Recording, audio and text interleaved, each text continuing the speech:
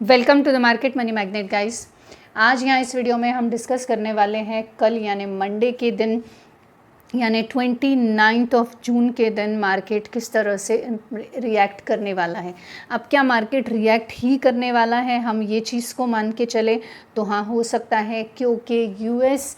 के president Donald Trump की तरफ से एक स्टेटमेंट आया है और हम जानते हैं यूएस और ईरान का जो कॉन्फ्लिक्ट था उसके चलते क्रूड ऑयल के प्राइसेस पे इम्पैक्ट दिखा, गोल्ड, सिल्वर, एविएशंस और बहुत सारे सेक्टर्स बैंकिंग से लेके तो आईटी सेक्टर तक सभी क्रैश होते हुए हमें देखने को मिले थे due to this war conflict.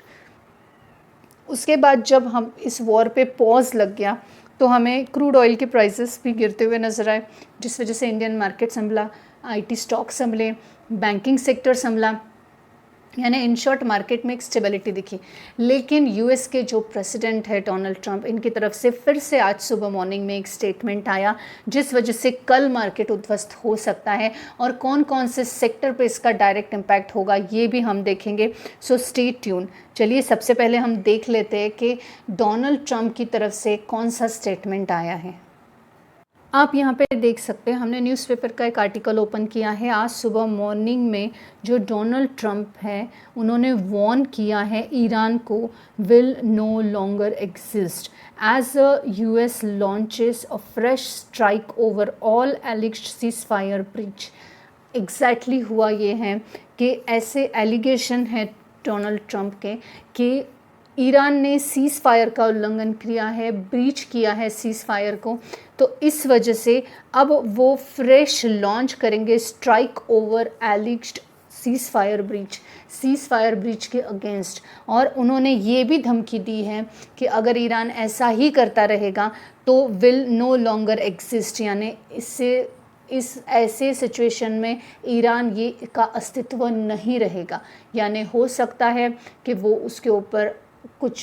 Legal strike करें या कोई उसके ऊपर बॉम्ब डाले, या ये भी हो सकता है अणु बॉम्ब डाले। हमने जापान के वक्त देखा ही था क्या हुआ था। तो इस तरह की धमकी डोनाल्ड ट्रंप ने ईरान को दी है क्योंकि उन्होंने सीज़ फायर का उल्लंघन किया है, ऐसा डोनाल्ड ट्रंप का एलिगेशन है। अब ये स्टेटमेंट आज सुबह आया है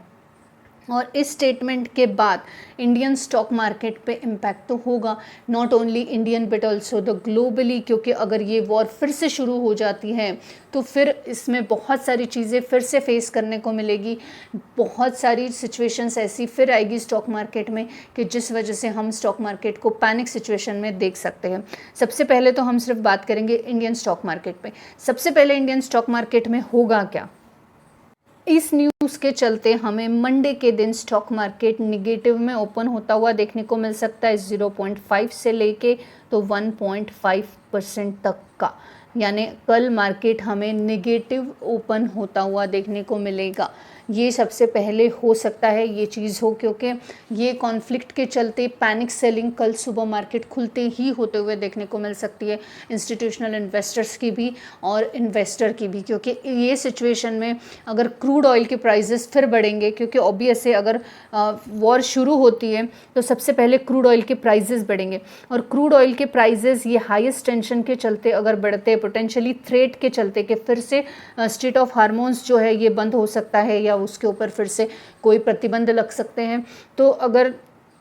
क्रूड ऑयल के प्राइसेस बढ़ेंगे तो इमीडिएटली मिडल ईस्ट में प्रीमियम जो एक प्रेशर है वो हमें क्रिएट होता हुआ देखने को मिलेगा। ग्लोबली क्रूड ऑयल के प्राइसेस इम्पैक्ट करेंगे और क्रूड ऑयल के प्राइसेस अगर बढ़ते हैं तो इंडियन मार्केट नेगेटिव में होता है, क्योंकि इकोनॉमी पे प्रेशर आता है, इन्फ्लेशन पे प्रेशर आता है, और इस वजह से हमें ये चीज़ का इम्पैक्ट डायरेक्ट स्टॉक मार्केट पे भी देखने को मिलेगा और स्टॉक मार्केट भी निगेटिव में ओपनिंग दे सकता है, स्टॉक मार्केट में निगेटिविटी देखने को मिल सकती है। अब यहाँ पे रुपीज़ का डिप्रीवेशंस भी हो सकता है, यानी रुपीज़ फिर से यूएस डॉलर के कंपैरिजन में वीक हो सकता है और फिर से हम देख सकते हैं कि हम जो रुपया है अभी स्टेबल हुआ है वो फिर से डिक्रीज़ हो रहा है, फिर से गिर रहा है या फिर से अनस्टेबिलिटी दिखा रहा है, और ऐसे इसके चलते हम ये बोल सकते हैं कि स्टॉक मार्केट में फिर से प्रेशर क्रिएट होगा, क्योंकि इंडियन रुपीज़ फिर से गिरेगा, इंडियन रुपीज़ का वैल्यूएशन गिरेगा। तो एफआईआई जो एंट्री किए ही थे अभी वापस, इनकी फिर से एग्जिट होते हुए हमें देखने को मिलेगी, क्योंकि ऑब्वियस है रुपए अगर गिरेगा, वीक होगा, तो इंडियन स्टॉक मार्केट में किसी को भी इन्वेस्ट करना पसंद नहीं आएगा, इंक्लूडिंग रिटेल इन्वेस्टर। तो पैनिक सेलिंग तो वैसे आपको मार्केट खुलते ही नहीं करनी चाहिए और करना भी नहीं है। पहले मार्केट का इम्पैक्ट हम कल देखेंगे, क्योंकि अभी ये वार्निंग है। अगर ये वार्निंग पे ही मामला संभल गया तो ठीक, अदरवाइज़ अगर फिर से एस्केलेट होती है वॉर तो हमें ये चीज़ें देखने को मिल सकती है। अगर सेक्टर वाइज हम देखेंगे तो सबसे ज़्यादा इम्पैक्ट जो है ऑटोमोबाइल, एविएशन और प्लांट सेक्टर पे देखने को मिलने वाला है, क्योंकि हाई क्रूड ऑयल प्राइसेस जो है ये डायरेक्टली स्क्वीज करेंगे मार्जिन और प्रॉफिटेबिलिटी, जो कि फ्यूल पे डिपेंडेंसी इंडस्ट्रीज जितनी है फ्यूल से डिपेंडेंट वो सब पे। अब हम जानते हैं ऑटोमोबाइल सेक्टर जो है ये फ्यूल पे चलता है। अगर क्रूड ऑयल के प्राइसेस बढ़ते हैं, घटते हैं, तो इसका इम्पैक्ट हमें ऑटोमोबाइल पे देखने को मिलता है। एविएशन यानी एरोप्लेन, एयर इंडिया या तो इंडिगो जैसी कंपनियां हैं, इनकी फ़्लाइट कैंसिलेशन की वजह से हमने देखा कि इनके प्रॉफिटेबिलिटी में 2026 मार्च का जो इनका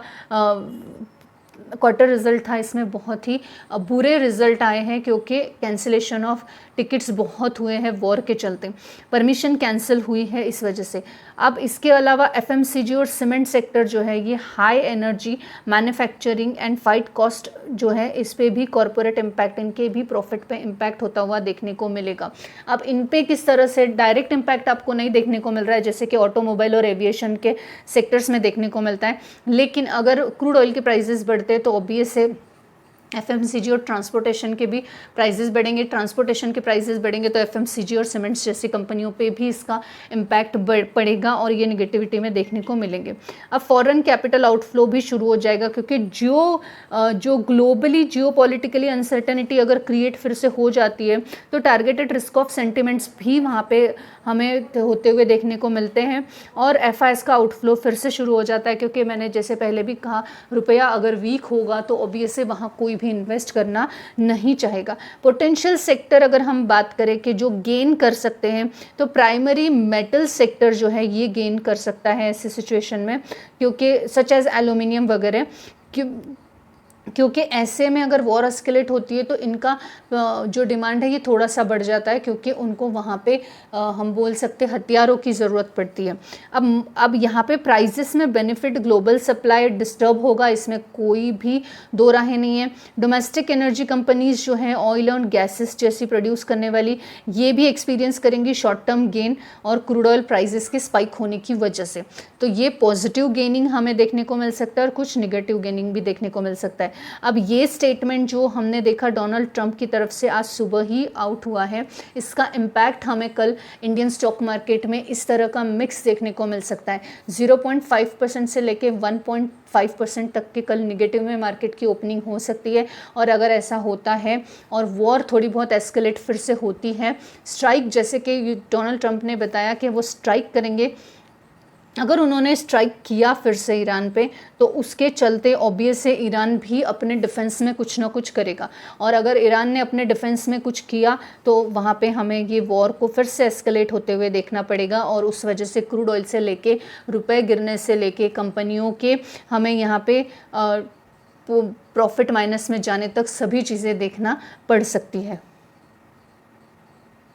डोनाल्ड ट्रंप के इस एक स्टेटमेंट और एक वार्निंग के बाद स्टॉक मार्केट का इम्पैक्ट हमें मंडे को कुछ इस तरह मिक्स होता हुआ देखने को मिल सकता है। ये सकता है वाली बात है, अगर कोई और न्यूज़ मीनवाइल आ जाती है वहाँ से तो हो सकता है पीसफुली मार्केट कल नॉर्मली ओपन हो। This information is only for the educational purpose. I am not giving any recommendation here, neither buy nor sell. I hope this information is informative for you.